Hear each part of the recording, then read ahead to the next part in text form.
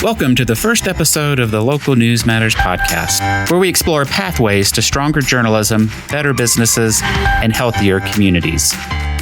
I'm Tim Regan-Porter, CEO of the Colorado Press Association. In each episode, I sit down with guests from newsrooms and others in the news ecosystem to highlight the interesting and innovative work of local newsrooms, as well as the crucial questions they face. We'll discuss business models, digital evolution, community listening, authenticity, diversity and inclusion, tech stacks, ad products, AI, audience growth, healthy newsroom cultures, journalism with impact, and more.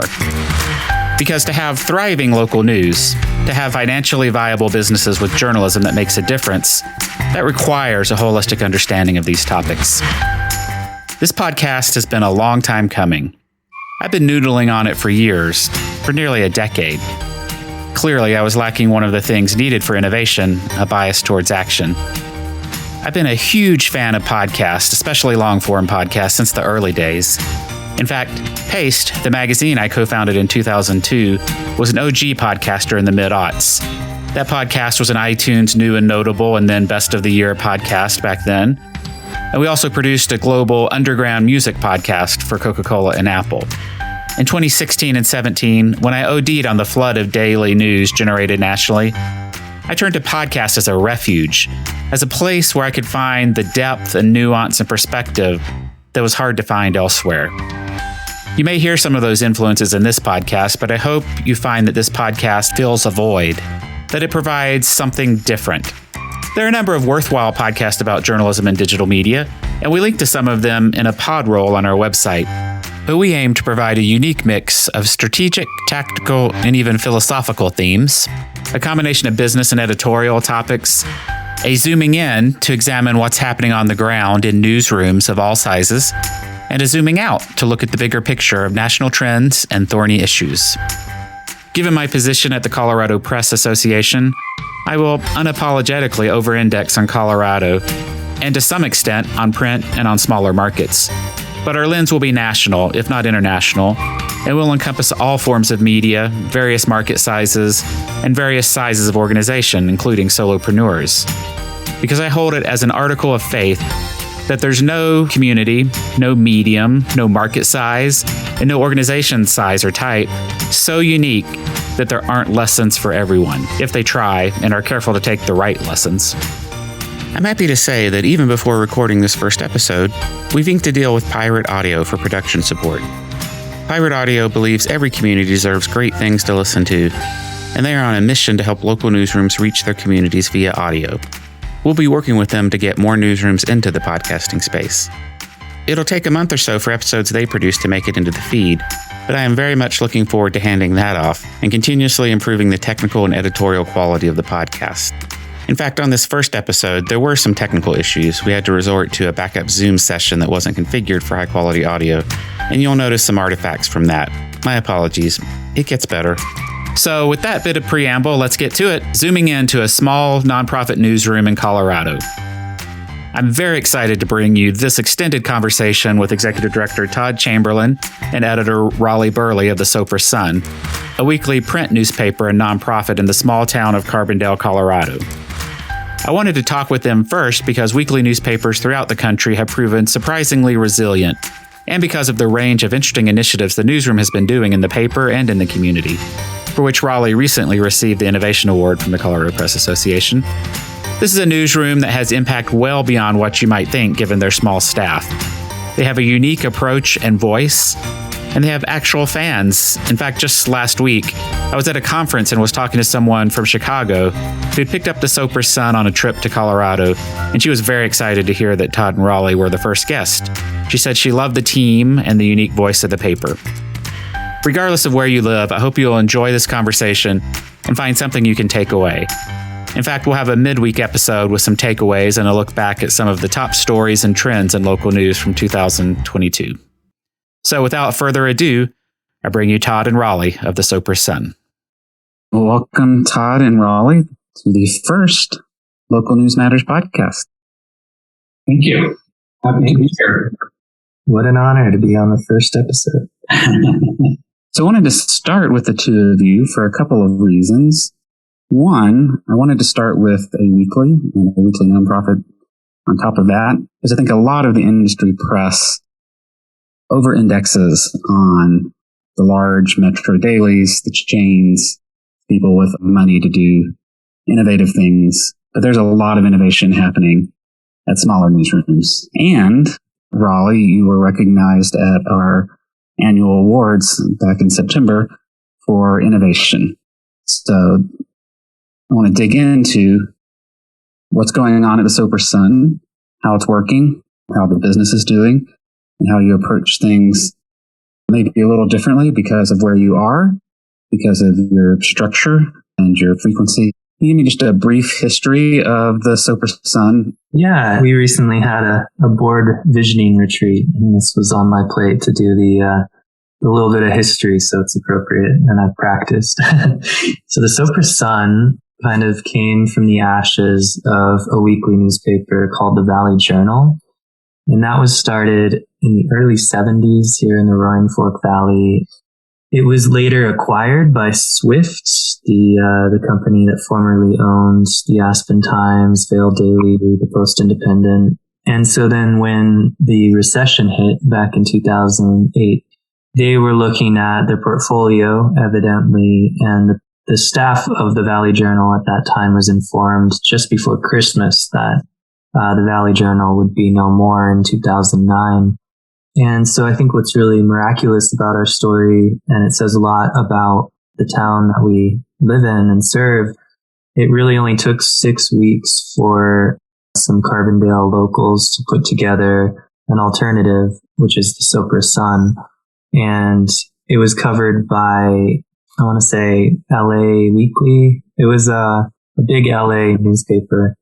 Just this notion that a nonprofit newsroom could be successful back then in 2009 in the recession, people had their doubts.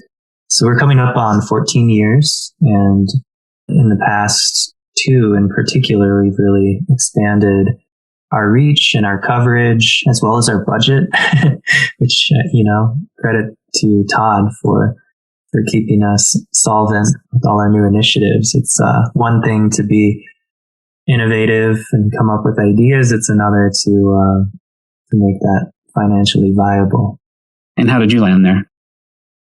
Okay, so yeah, I grew up in Carbondale, and this is the town where I went to high school.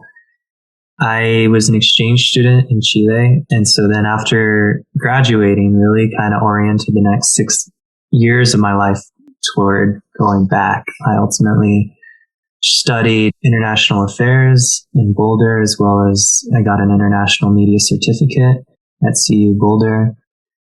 And after some travel back in Chile, as well as Argentina, once I pretty much was running out of steam, I came back to Carbondale, not fully anticipating to really root back in this town, but I got involved with the local radio station as the news director, and at that time joined the board of the Sopris Sun. It was the first nonprofit board experience that I had.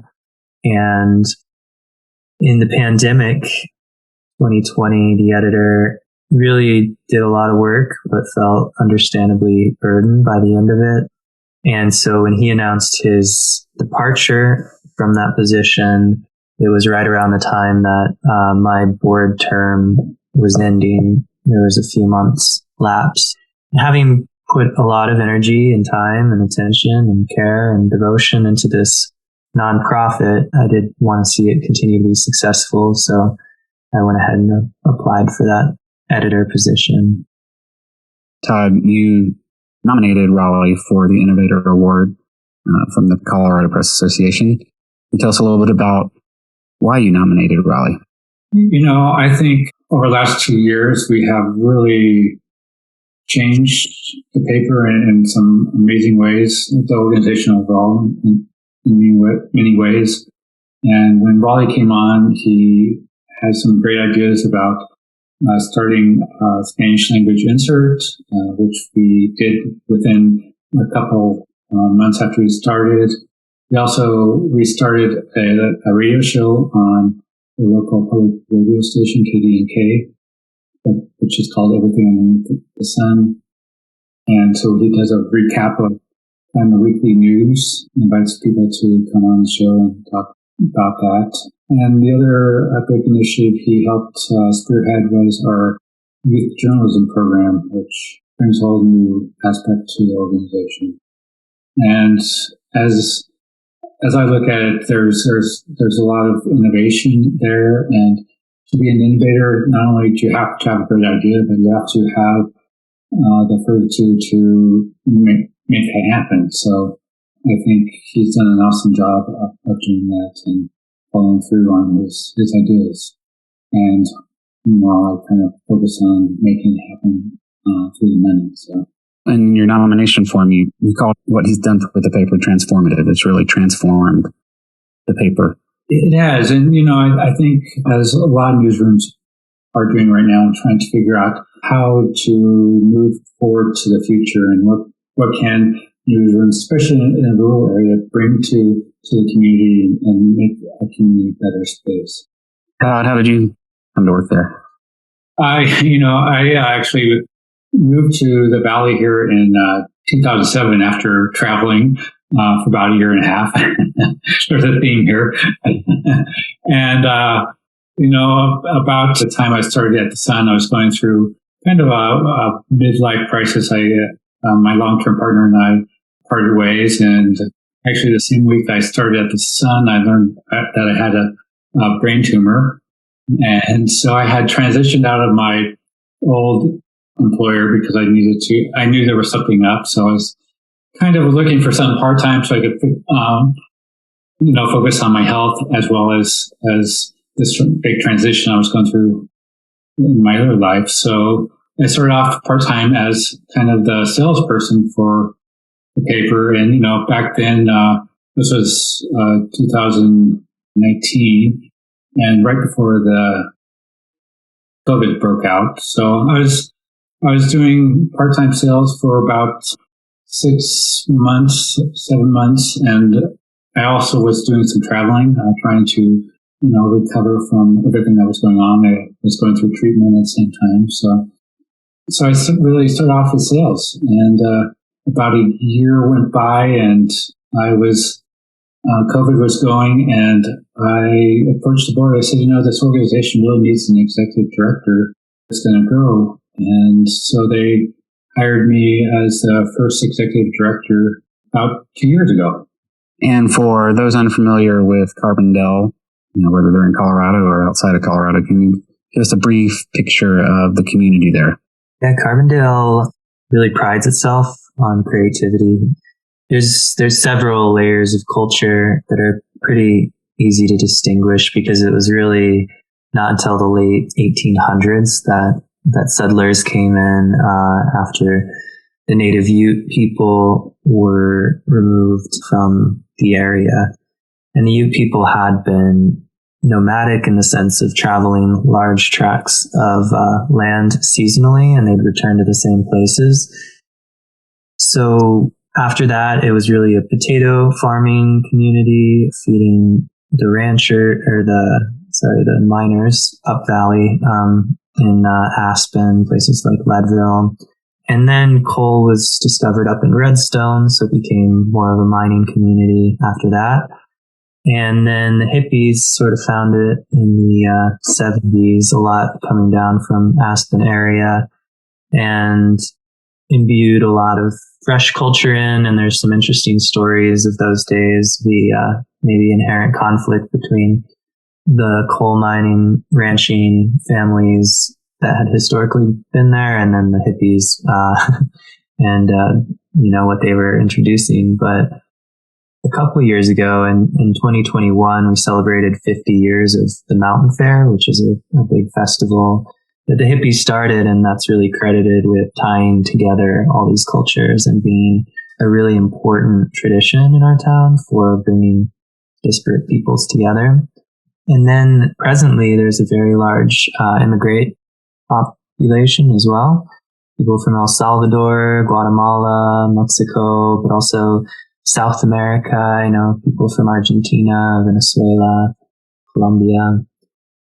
And when I was in high school, and I think it's even more true now, that the demographics in the public high schools are more than half of that Spanish speaking peoples or descendant from, many of them are what they kind of refer to as a 1.5 generation, where maybe they were brought over by their parents when they were young. And so they're people who identify more with this place than maybe where they were born, that they were technically born in another country. But then there's also, third, fourth generation Spanish speaking immigrants in the area as well. I would also add that it's really changed in the last couple of years too. There's definitely a lot more tech people that have moved into the area and telecommuting, so that has changed a little bit of the town. And have real estate prices done there what they've done throughout Colorado? Yeah, they increased about 40% over the last year. So it's crazy. It's a hard valley if you don't have money. So people commute 50 miles up to Aspen to work. So a lot of people traveling a lot to work. And what's the population? Carbondale, I just looked it up, about 6,500-ish. But that's within town limits, and there's a lot of unincorporated county land surrounding with pretty sizable subdivisions. It's interesting, the Roaring Fork Valley is almost like a metropolis that's spread out throughout these different valleys, but there's a lot of ways in which each town and the land in between influences each other. It's all very much locked together, even though from Rifle to Aspen, there are 3 counties that are crossed. And you're distributed pretty widely. Where do you have distribution? So from Aspen to Marble to Gwinnett Springs. And you're distributed free?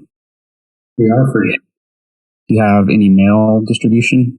No, we do not.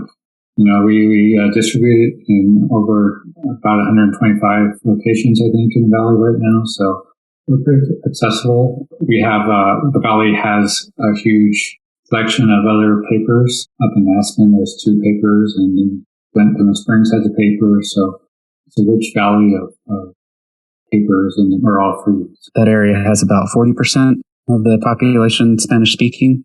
Raleigh, you want to talk a little bit about why you thought this was an important thing to do from a community and editorial standpoint? Yeah, I think, rather than savior mentality, I can even say it was like a selfish desire to just continue to celebrate the Spanish language. It was something that through my youth was really impactful. And through my travels, I've just really come to appreciate how much variety exists in the Spanish language with so many different countries that each really own it with different accents, different words that are shared. And you'll notice, if you see a Chilean and a Mexican sharing language, then they have a hoot comparing phrases that are used.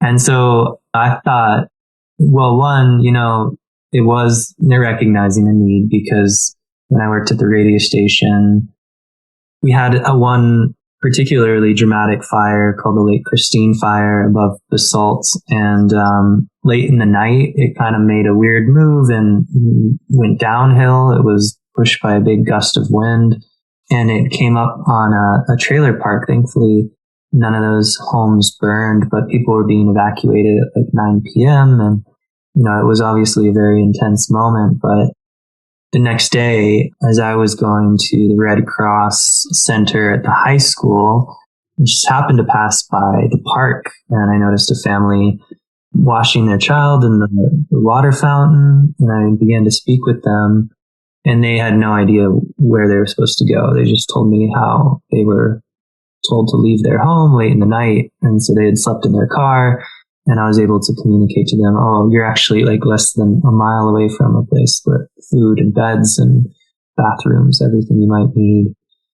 I think since then, the Valley as a whole has really stepped up in interpreting emergency communication in particular. But then when it comes to elections, we definitely notice a lack of information around ballot issues or candidate interviews. There was seeing, okay, this is a need, but I think what makes the Son del Valle different in a sense is like we get to also just take pride in the Spanish language and celebrate it for its intrinsic value. And I think that's meant a lot to native speakers, or even like that 1.5 generation, people who grew up hearing it in the home and get to explore it in a more literary way. We have one contributor who's a professor of literature from Mexico. And so she in particular has really imbued a lot of flowery poetic language into her pieces, and they're fun to read. And I think for the Anglos who want to learn Spanish, it's also a great resource. So all those things have made it successful. I think because we're a nonprofit, the impetus is to be as representative of the community as possible, above and beyond perhaps other for-profit newspapers. We're owned by the community, so the more diversity we can get in the paper, the better. And that's really played out through our youth journalism program as well. We have a piece this week by a high school student about dyeing your hair a different color. And he's talking to some youth experts at his high school and making some solid recommendations. And it's just like that kind of quirky, fun, informative piece that wouldn't be there if we didn't have a youth journalism program. And I think, throughout the hard news, people do enjoy those softer, more entertaining stories, whether or not they plan to dye their hair. Yeah, and the radio is just based on having come out of the radio and now serving on the board of directors for the radio station. It was something that existed before the previous editor, Will Grambois, for, I think, just reasons of having too much going on. The show ended for him. And so when I was made editor, it was definitely a priority to bring that back. I think it makes us just more present in people's lives, and it's fun to add that multimedia component. Say a little bit more. I'm not familiar with the radio component.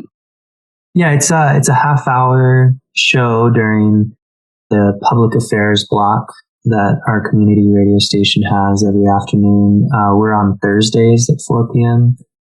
And so we'll often use the opportunity to interview a guest relating to one of the stories in this week's paper.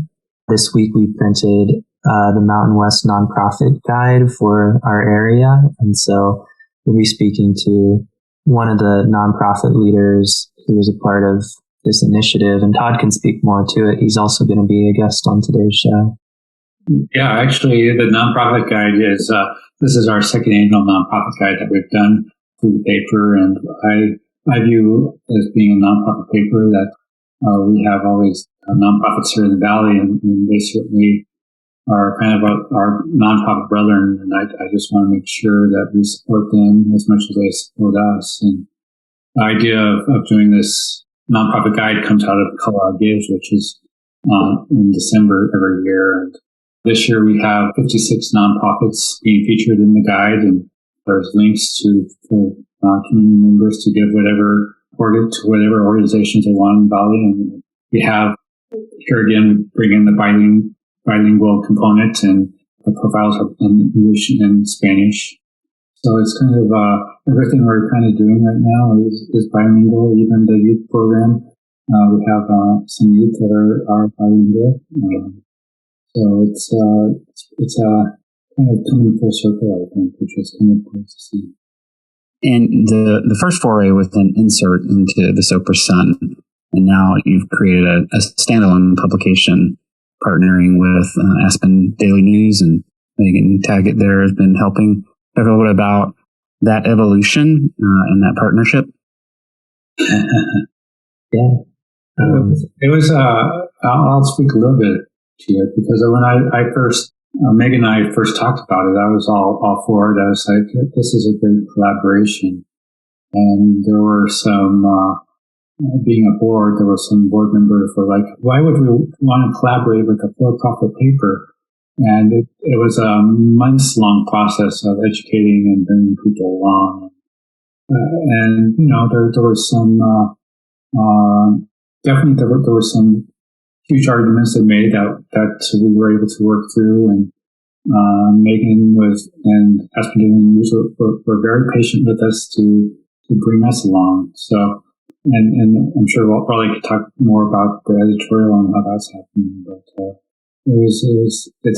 I think it's a fun collaboration, it's great collaboration to show how a for-profit and nonprofit newspaper can work together to improve the community.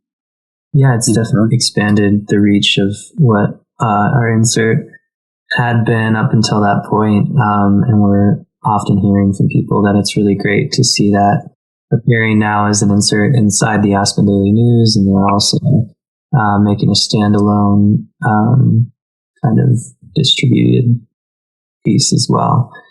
And a lot of it's the same content. They also add some national, international news. We don't at all in our newspaper, not in English or in Spanish. So that speaks a little bit to like the difference of their model and identity versus ours. So it's been cool to see also how the same content might be laid out inside of our newspaper and how they take it and what they do with it as well. Tell a little about the impact on the business. So I believe you had some business support pretty early on in terms of advertising. How has that evolved, and what about membership donations? So overall, in the last 2 years, our budget has actually doubled, and the size of our paper has also increased.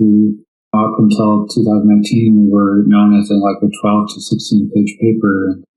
In the last 2-3 years, we've gone up to as high as I think 36 pages, and today's paper with the insert is over 60 pages. So I think the Spanish section has really increased the donation part of it and also the grants portion of it. We had First Bank really stepped up and gave us kind of a big sponsorship when we first launched the Spanish program, and so did the Manaus Fund. They gave us quite a bit of money to help start this project. And I think especially there's a contingent of the Anglo population that really appreciates the bilingual aspects of the paper. They enjoy reading the stories in Spanish and English and trying to improve their Spanish. So I think there's a lot of pride for the community in it, because it is a very unique thing that we have done compared to all the other papers. And the other papers have followed our lead too. They're starting to put Spanish content in their papers. So, I view it as kind of, probably we're not making money on it, but we probably are at a wash right now with the Spanish section, which is great. It's only been going for about a year and a little over a year and a half, I guess. So I think 2023 will be a kind of pivotal year for growth. Let's talk a little bit more about that growth. We visited in person, it's almost been a year. And at that point, you had grown then, and it seems like you continued to grow. One of the secrets, I think, in local news is how well many community weekly papers are doing across the country. I hear this from other press association directors and others. I think a lot of metro dailies are struggling. We just saw Alabama Media Group, which has papers in several of the large cities there, is going on online only. They're growing their online business, but they struggle to support the print. But a lot, and certainly not all, but a lot of our community papers are thriving. They are the crucial source of information in their community, and they're getting support from subscribers or members and advertisers. Todd, your team gave you a lot of credit for getting in there and growing that advertising. Can you talk a little bit about the approach, and why do you think advertisers have jumped on board to support you? I view my job, especially when I first started, that it was more of a educational approach that I took instead of hard sales. I went out to the community and said, "Hey, we're a nonprofit. Did you know we're a nonprofit? If you support us, you're supporting the community." And still to this day, I run across people that say, "You're a nonprofit?" And I have to go into it that, yeah, we are a nonprofit. And so what I've been doing slowly but surely, and 2023, again, is going to be a pivotal year for this, is I'm kind of pivoting away from the traditional advertising model and going to more underwriting and sponsorships. I'm trying to get advertisers to, instead of paying per ad, to say, hey, why don't you give us $500 a month, and then you can have a quarter-page promotional spot in the paper. And I've gotten a lot of feedback in that model. And so that's kind of how I'm approaching it, trying to be innovative on how to make a sustainable local newspaper work and to have more buy-in from the business community, even government agencies, doing the same thing for them, saying, hey, how, instead of us billing you every week for the ads you put in, why don't you just give us $1,000 a month or $2,000 a month, and you could have unlimited advertising, and we could do both English, and it's a great way for me to pitch. Hey, that way we could do both English and Spanish ads, and you're reaching the whole community. I'm finding people being very receptive to that. The nonprofit community, they love the idea. They love that they could reach both audiences to think about their promotional needs kind of on an annual basis, instead of like, oh, let's just get an ad in there for next week. And so we're kind of being partners with one another and saying, hey, you help us out and we'll help you out, and the community is better for it. So we've done some research, and there's years of academic research that shows how print advertising can be effective. But you're also finding that just the idea of supporting the community by supporting the information source in that community actually matters to a lot of the local businesses you're talking to.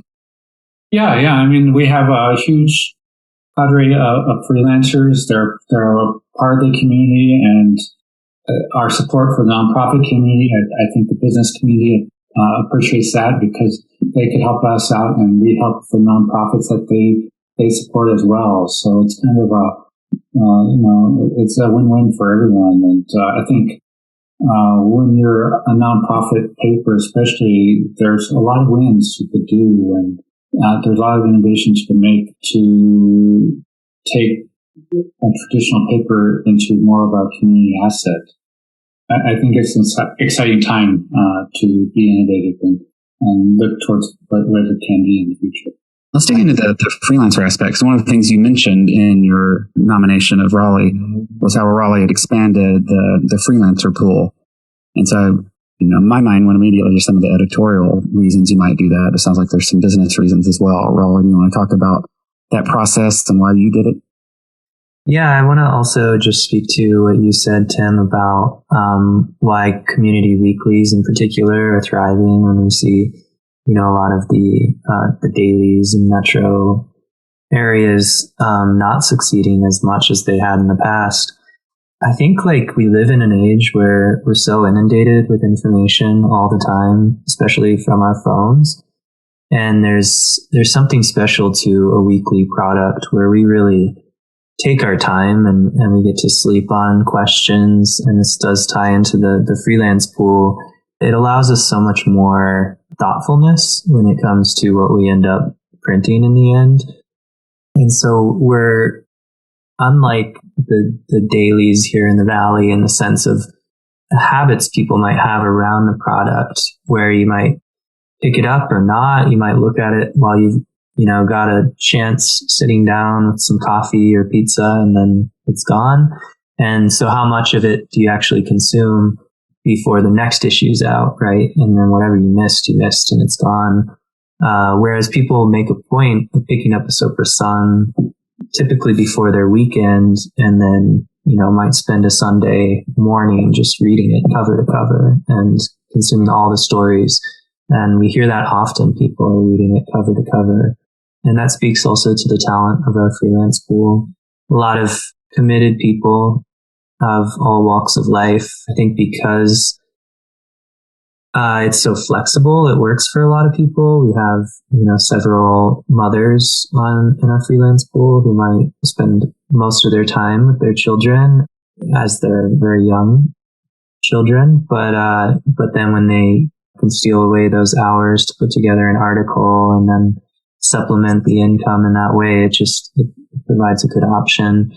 Also, young people who might have a job at a cafe, but this is something we have One in particular just graduated from CC College in Colorado Springs, and he's on our Basalt Council beat now, and we're training him into it. But it's something he can structure with his other jobs where, he's gaining the skills and he's getting the practice that he wants, while also, working at a cafe to make ends meet in this valley, which is quite expensive.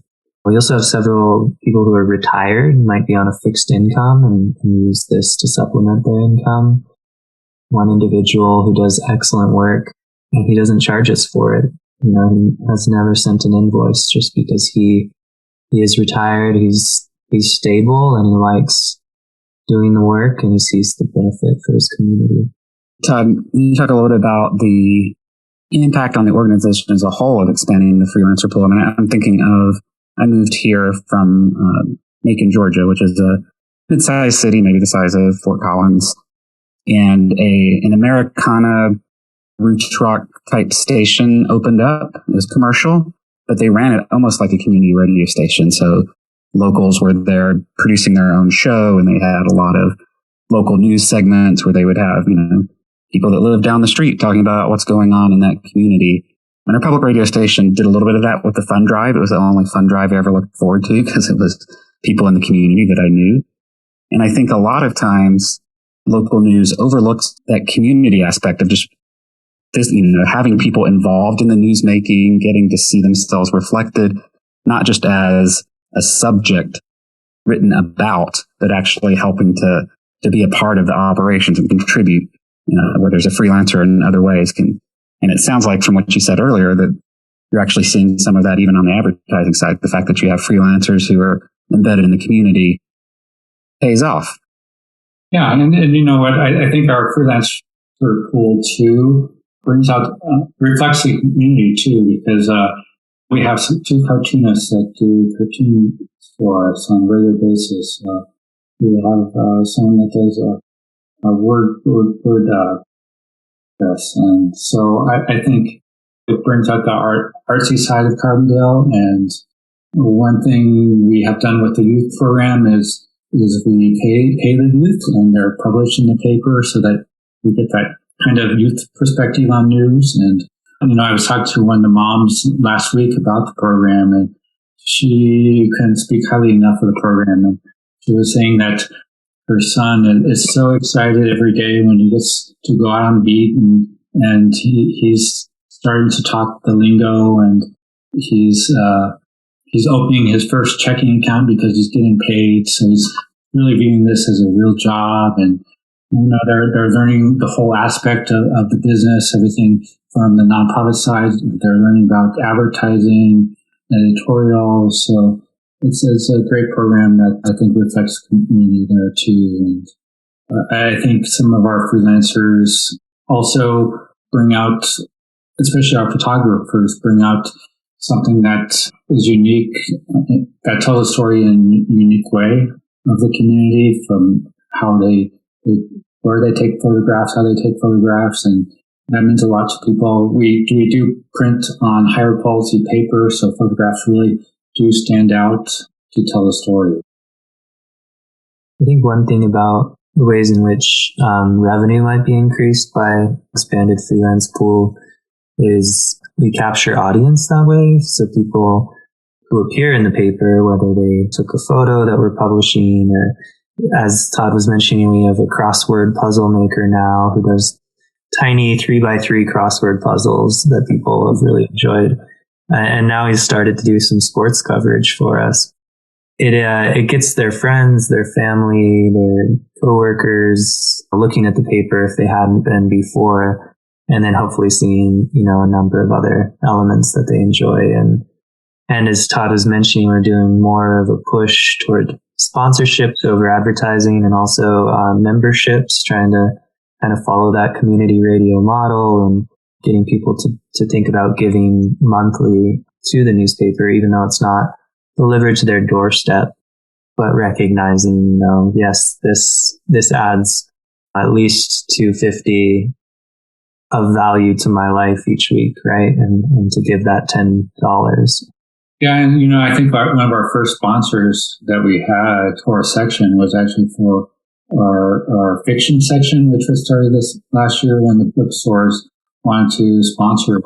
Instead of advertising, they're more considered an underwriter for the fiction section, which they can contribute their works of fiction, whether it's a poem or photograph or drawing, to the fiction section, which is kind of another way we outreach to the community and have them a part of the paper.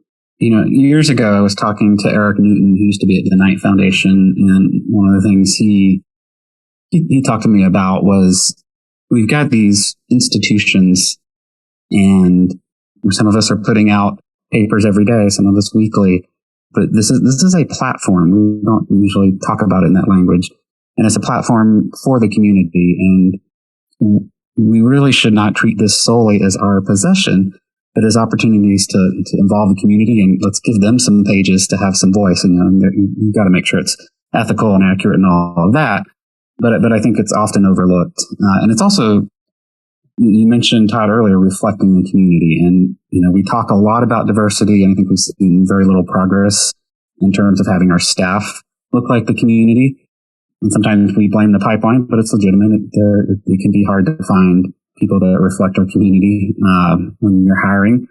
But I think we can't just use that as an excuse. We can pull in the community. Can you talk a little bit more about the diversity that freelancer pool has brought to the paper as well? I think it lowers the bar, not in the sense of quality per se, but it's like that barrier to access. Like, you don't have to have a degree necessarily, or years of experience in a newsroom, or you're not applying for a full-time job. But if it's somebody who says, yeah, I'd love to learn to cover sports games or go shoot them for the paper, and that's a couple hours a week that they're committing, and then they're just getting paid directly for that time. I think also in this post-COVID age, we're seeing less of that willingness to commit all of one's time and energy to a job. And we're seeing more of that sort of people wanting to piecemeal together a life that speaks to their diverse interests. And so the Sopris Sun has succeeded in becoming an aspect of many different people's lives, and they might contribute once a month, or maybe it's more often, but creating the room for that to happen. And I think being a nonprofit, it's in our DNA that this belongs to our community more than it does to anyone on staff or even our board of directors. We're talking with a group out of Kansas called Earn Your Press Pass. And they started in Kansas because getting people to rural Kansas, generally rural America, can be challenging, particularly young people.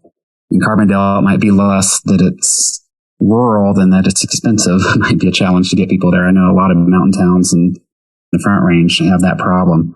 So Earn Your Press Pass, it's a structured training where you can have community members go through and learn about journalistic ethics and all the various different things that you might pick up in journalism school without going to get a degree. So we're hoping to offer that free to members. Does that sound like something that would be worthwhile to have some of your freelancers go through? Yeah, absolutely. I think that kind of tool would be wonderful. And we've pulled pretty much the Colorado Suns. They have a really comprehensive guide on their website that's public facing about the ethics that they follow for their journalists. And so as soon as I started, it was like, okay, here's what we're going to follow, because this is really sound. And, we do open ourselves up. We make ourselves vulnerable when we bring someone on who doesn't necessarily have that background. And there is an exercise in training people to mostly, I think, remove their subjectivity, in the sense of, like, some people will want to lead an article with I found, or I know, or this happened to me. And it's, that's like the first lesson is actually, no, we're removing ourselves from this piece. It's an interesting thing you bring up, Tim, because we've actually talked about doing an adult class, and even potentially in Spanish, in that community, and increase our diversity in that regard. Because there are, I think, a lot of people in the community that are kind of gun shy. They aren't really sure they can do this. They just need some hand-holding along the way. So I think that a program like that is awesome. Talk a little bit about your design and your voice. It is not really a traditional newspaper in many senses. I'm sure some of that comes from your background. I mean, the look is a little more magazine-like. Todd, you mentioned you're on high-quality paper. The photography is really stunning. Sometimes I just saw today's email with the Dia de Muertos. That photo was great. And you've got cartoonists. You've got your own crossword puzzle. Raleigh, you were contributing some pieces while you were traveling. You've got poetry, things that people don't traditionally think about anyway in their local news. Can you talk a little bit about how that came about, why you did it, and what your sort of philosophy of design and editorial voice is? Yeah, I would encourage anyone listening to this, if you go to soprisun.com and click on past issues, something I'll do when I'm bored, but scroll way, way, way down and you get to 2009 and you see that it's been a part of the Sopris Sun, these really, I think, like photo first covers. We've begun adding more illustrations on the covers in the last couple of years. And that's something that actually came from the Valley Journal, which we have back copies bounded in the office and at our library, and really delight in pulling those open and seeing like how visual they are, how pronounced the photos are, and then even the incorporation of little cartoons all throughout. So in many ways, I think it's a part of the identity of the paper that's pulled through, and also a certain like quirkiness, a certain like we don't take ourselves too seriously. But I think, we can get away with all of that, the humor, the fiction, just the overall like colorfulness, or having, stories about dyeing your hair, because we ground it in some really diligent local municipality coverage. And so we're really focused on that piece as well. And I think it's like the other side of the scale that we have to maintain that balance. We can't become just fluff, obviously. But when we do really rigorous reporting on the local municipal meetings, and also the county is something that we're committing to, then I think it helps it be like a better experience, a better product for anybody. And so someone even might pick it up for the cartoons, but then they're looking through it and they're learning something about what's happening with the town's comprehensive plan, and they're gleaning that they do care about that and how they can participate in guiding the direction. We also pride ourselves on the calendar, but again, like it comes down to a reflection of our community. There's so much fun stuff happening that we get to dedicate 2 pages that do have ads, but it's essentially as big as a full page that's just, here's what's happening this week, and then a little into the following week. And yeah, I think it's a positive feedback loop that we're made vibrant by our community, and we also get to make our community more vibrant. Yeah, I think that's something that's so often overlooked. I mean, I come from a magazine background, so we have had the advantage of kind of the slow news process, as you were kind of alluding to earlier, but also just the brand and the sense of identity. I think our readers felt like they knew us, the people that were producing the magazine. And I think a lot of newspapers miss that. It's changing, but I think having those identities come out doesn't have to undercut your serious journalism, but it makes you invested in the community and the community invested in you, and just people weigh in.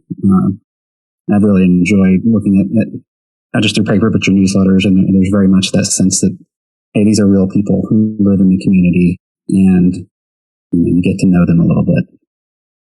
Glad that you're enjoying our newsletter, and that's been another initiative that I think is really shown when we look at the statistics in our program we use for that. It tells us we're like a 10 out of 10, that our open rate is extremely good, and the click-through rate. And I think that really speaks to the success of James Steinler, who's our contributing editor, allowing his voice to come through in those newsletters and making them really personable and fun. And just for those who are, I can see some listeners wondering, okay, well, what is your open rate? What is your click-through rate? I have no idea what good is. Mm-hmm. What do you consider good? I think what this site tells us is good is like 60 to 70%, and it's sent to about 300 people. What is the biggest challenge for the Sopris Sun? Just sort of day-to-day running, or also big picture, staying afloat and evolving? I think the biggest challenge is that we're in the valley with the other newspapers, and it's a challenge to get people to support us sometimes. Like I said earlier, it's a kind of an educational process of explaining that the community really owns us. We are here because of the community, and if the community gives up on us, we won't exist. Looking forward 2, 3, 4 years down the road, it's how to sustain us. Printing costs have gone up 40% in the last 3 years. There's only 1 or 2 presses now in the Western Slope, so we're driving a lot to pick up our papers. And when the highways close, we have to go on a 5-hour journey to get to the press. So it's challenge just making the funds to keep it running. Like I said, 2 years ago, we were half the budget we are today. I've already told my board, I said, I can't double again. Unless we get 2 more of me, I can't do it. And there's only so much that the business community can give too. I mean, they do so much. We're in an area that has 100 plus nonprofits that somehow we all support. So it's a challenge in that regard. Correct me if I'm wrong, but if you were to go away, there would be a little bit of a news desert there, right? Because while there are other papers people can get, they're not going to your school board meetings and city council meetings. Is that correct? You're the only real Carbondale news source. We're aggressively holding on to that. And I think just by being that comprehensive source to where, there's so much to cover, and it really doesn't make sense to have us all covering the same thing, as you'll find in sports, because, there's an expectation that we cover at least the Carbondale High School sports. But then if the dailies are covering especially interesting games, and then we're coming up a few days later, it's like, okay, how do we make this meaningful while meeting the expectation that we cover this and allocate resources wisely? But my approach to the town council meetings for Carbondale, that's been emulated now for the county as well as the Salts. And it was the school board meeting as well. We're kind of fluctuating there, but to almost take minutes. Instead of saying, here's an agenda item that's juicy and I'm going to attack that one and make the story about that, we sit through every meeting and we basically draw the details out about all the things that might be important, that somebody might care about, that might have an impact or be part of a greater story that's unfolding. And then I'll constantly be referring back to my old Carbondale reports to give that background and association with new details that emerge. And every now and then it's like, okay, time to do a separate story where I can look back at all those other things, everything that happened at the meetings, and then put it together to bring people up to speed, more targeted. Yeah, and it might be, boring to some, but I think that sort of coverage holds our public officials accountable, and it keeps our community informed, and we're not making assumptions about what's important or not. And I think too, one thing challenge for us, and a lot of newsrooms too, is keeping our employees paid and having a cost of living up here is a big challenge to be able to pay everyone fair wage, including our freelancers, because they do put a lot of time and effort into the stories, and to really make sure that they're taken care of. But right now, none of the employees have really any benefits other than vacation. And so we're kind of all on our own for insurance and that type of stuff. So retaining employees, I think, is kind of the long-term challenge for just not us, but a lot of businesses here in the Valley. So, in Raleigh, how do you solve that? What is your approach to that football coverage? No, that's a good question. I think being more visual, for example, this last week, like our soccer team won an important playoff game and advanced, and it happened that, it happened on a Tuesday. So by Wednesday, the other papers wrote great stories, great coverage. So we were able to run a really dynamic photo right on the cover with a story that, was less comprehensive, but maybe just kind of fun. Like, we enjoy using some creative language to describe the game and just having fun with it. But I think the presence on the cover with the headline was the affirmation for our local athletes that, like, yes, you're doing great and we care, and we're also aware that this has been covered really comprehensively. So just trying to find those opportunities. We don't want to be redundant, but we also don't want to appear like we're not paying attention. And those aspects of coverage, I think, are so important and sometimes overlooked, particularly by nonprofits. I was at a meeting of some Colorado ecosystem folks just last week, and someone referred to the non-hard news stuff as your dessert versus your broccoli. Mm-hmm. And someone from the National Trust for Local News, like, whoa.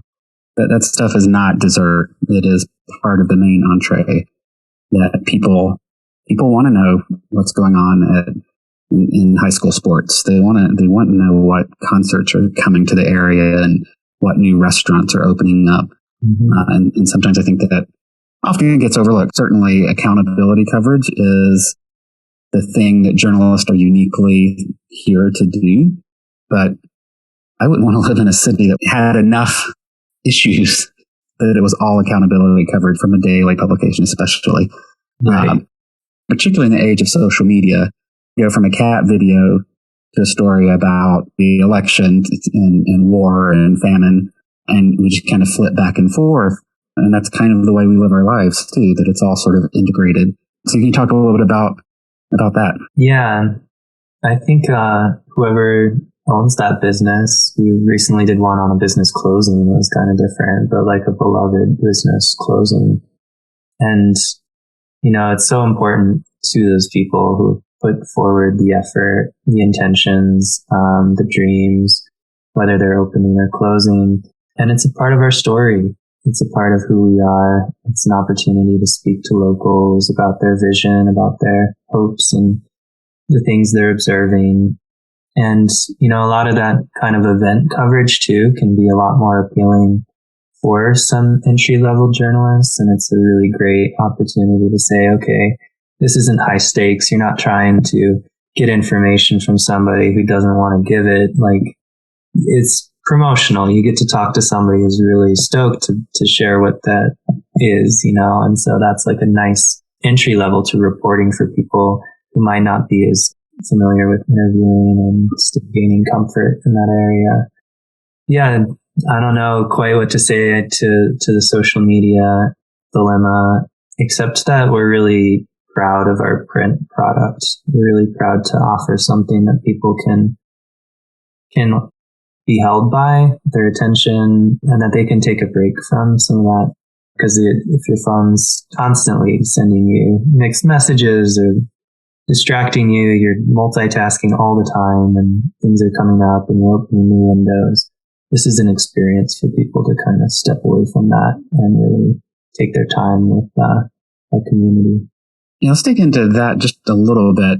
If back in 2012, you had told me that community weekly papers were going to be some of the bright spots, and that newsrooms with 6 or fewer full-time people in 2012 would be at about the same level in 2022. I would have found that hard to believe. I mean, I think even the publisher at New York Times wasn't sure where they would be by this decade. I think print has proven surprisingly resilient, and we may have had the first shoe drop in terms of metro dailies with Alabama Media Group, but there's remarkable resilience there. But how are you thinking about digital evolution and the lifespan of a print product? It's funny because I actually started off in digital. I was e-commerce for National Geographic for 8 years. So I've had 20 years of digital experience before I came back to print, and it's refreshing. I think the more and more we rely on our phones, the more and more some of us really want that that other old feel of picking up the paper and being able to relax and not worry about anything digital. And I do see, though, that in fact we're talking about now is we're in need of a website redesign, and we just were part of a cohort that took a look at the Latino community here locally and what they wanted from different news sources here, media sources. And one thing we discovered in there, a lot of people are using their phones to get to that information. So I see a future where we're going to be hopefully doing both, but never giving up on our print product if we don't have to. I think the biggest challenge would be if one of the printers decides to go out of business, and then that would be the big challenge of continuing the print product. But digital, there are some things you can do on digital that are very cool and also tell the story of the community. But when I travel, I always pick up the newspaper, and I always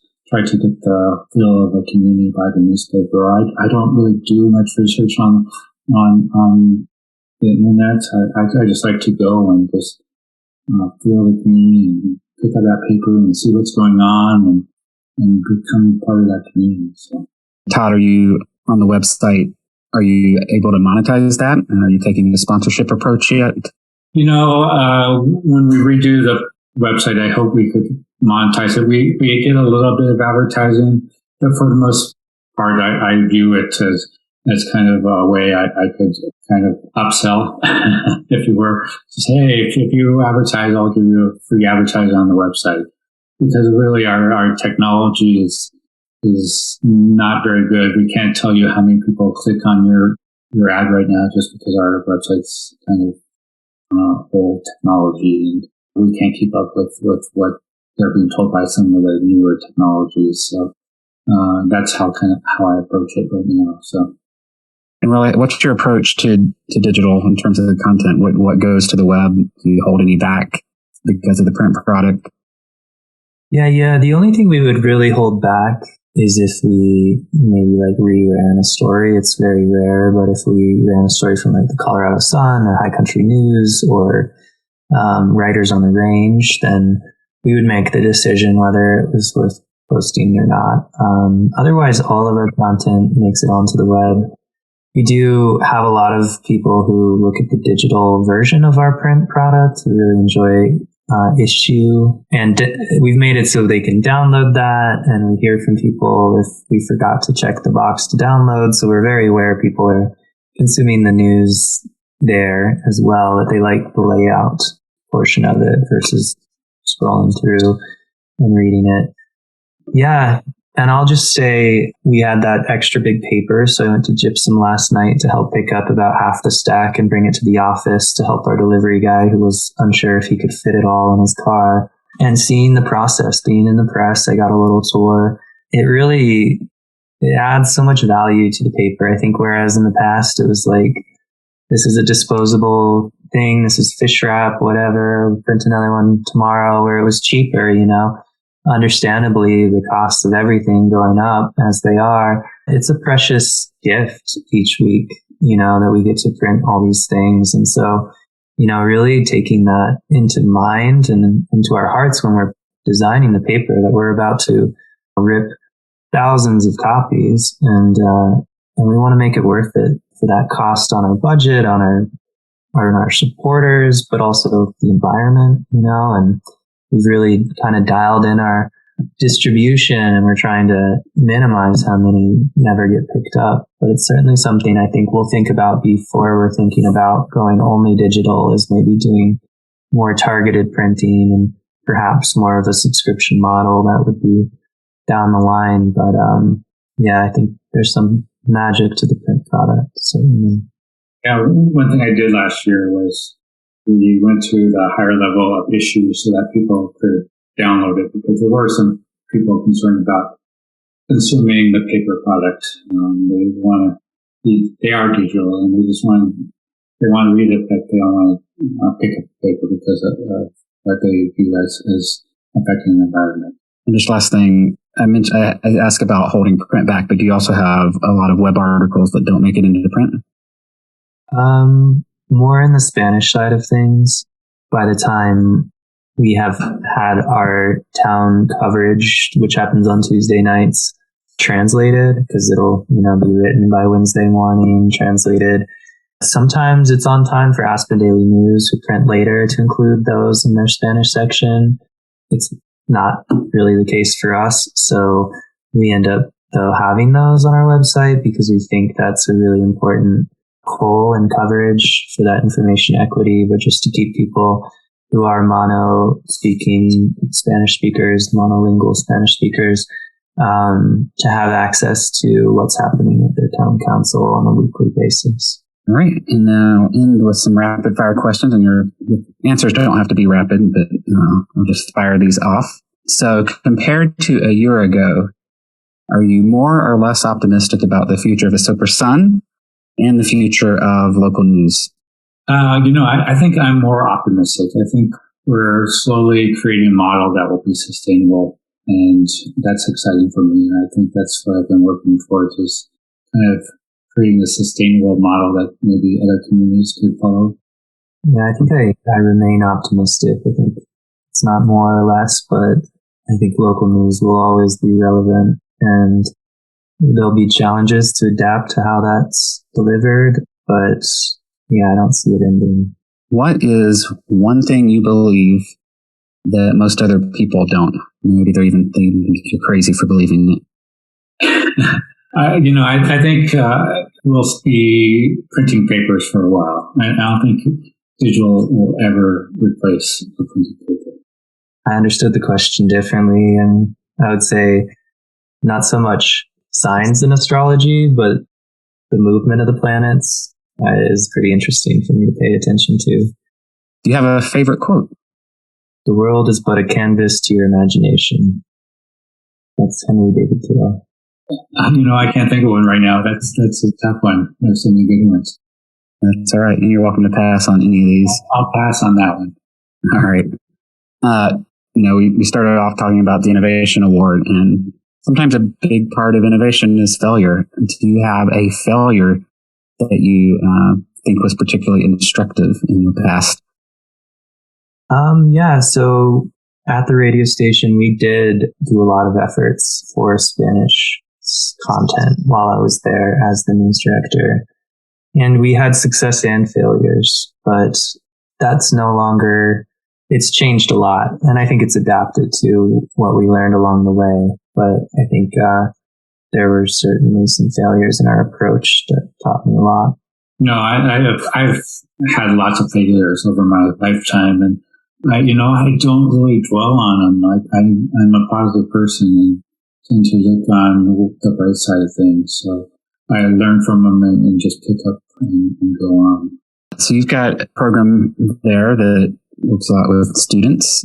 What one piece of advice would you give to a student who's thinking about going into local news? So, we have capstone projects here where the senior year, the student's supposed to come up with a big project. One approached us about a photo essay, and the community college, meanwhile, offers a photojournalism class. And so I think, not waiting, but to look for those opportunities actively and to become involved, because I think we in local news know that there's always a need for more hands on deck. I just say go for it and have fun. That's really good. You should always be having fun, no matter what you're going to. What's your best self-care tip? Local news can be very stressful. Mm-hmm. Running any business can be stressful, and I think news has a particular urgency and sometimes polarization attached to it. Yeah, I think just making sure that you're taking that time. It's easy to get pulled into every hour of your day belonging to the cause, but making sure that you're taking time deliberately to catch up on sleep or make a good meal, get some exercise, do things that you enjoy. Yeah, I would second that. I think it's very important to, like I said, have fun and take care of yourself. Because life is short, and we always should be learning and just being happy that we're a part of this community in this world. So, clean desk or messy desk? Messy. I tried to go for the clean desk, but it never happens. It's pretty messy. What's your smartest time-saving hack? I think that if you wake up early when you're awake, to just get up and do what you need to do instead of just trying to sleep if you're not sleeping. There's a quote in Spanish, Dios ayuda al que madruga, which means like God helps the person who wakes up early. And I find that those hours with no distractions can be extremely great for getting stuff done. Yeah, I try to get up and go to the gym right away, and that really saves me time throughout the day. It gets me up and active and refreshed right away and ready to tackle work after that. Favorite place to think big? For me, it's a hike. I usually go on a hike and find a nice rock to sit on and just sit there and take in the views. I enjoy jogging, and similarly, though, if it's on a trail, all the better. All right. And then last one, Raleigh, since you've been writing about some travels, if a listener could only visit one country, where would you recommend?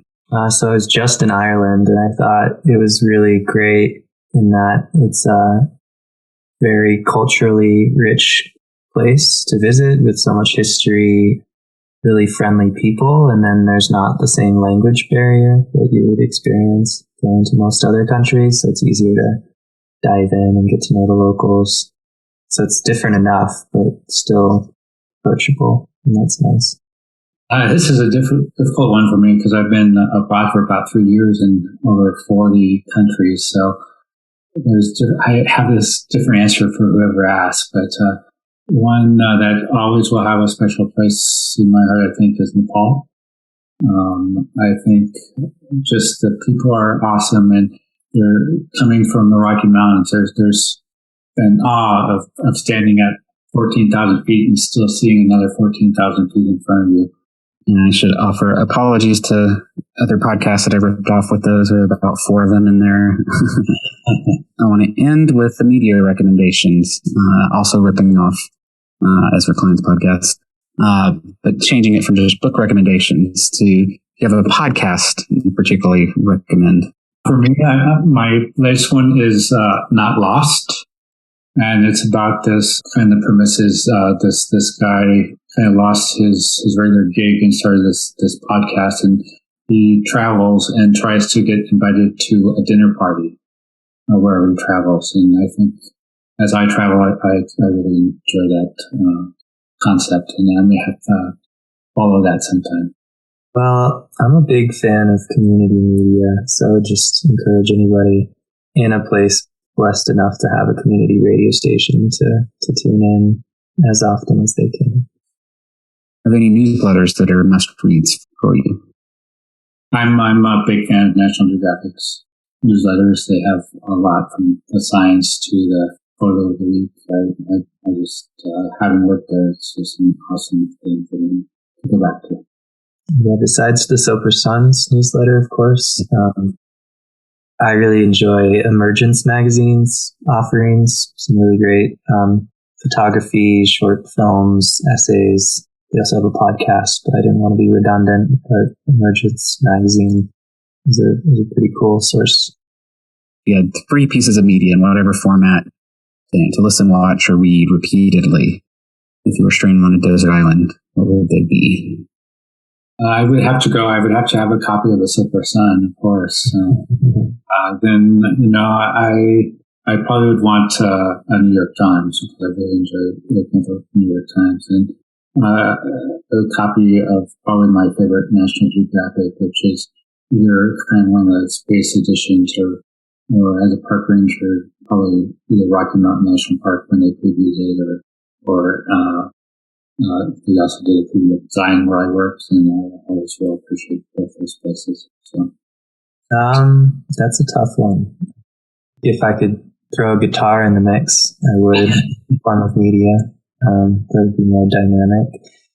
Yeah, as well as, a book of photographs. I think, like Todd was saying, for National Geographic, I don't know exactly who, but photographs from around the world would be probably a nice thing to have on an island like that. And then some kind of really rich, jazzy album that lasts a long time.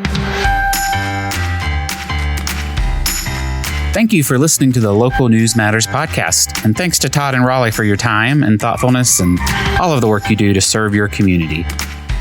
Check back next week for my conversation with one of my favorite people, one of my favorite thinkers and doers, Jennifer Brandel of Hearken, Zebras United, Democracy Day, Election SOS, and many other projects. She's at the forefront of helping journalism and other organizations reimagine their relationships with their communities. If you like this episode and what we're doing more generally, please subscribe in your favorite podcast app. Leave us a 5-star review in Apple Podcast and tell your friends about us. You can find a full transcript and relevant links and sign up for our newsletter at localnewsmatterspodcast.com or for lazy typists like myself at lnmpod.com. If you have recommendations of others doing interesting and innovative work in local news that I should talk to, let me know through the contact form at the website, lnmpod.com.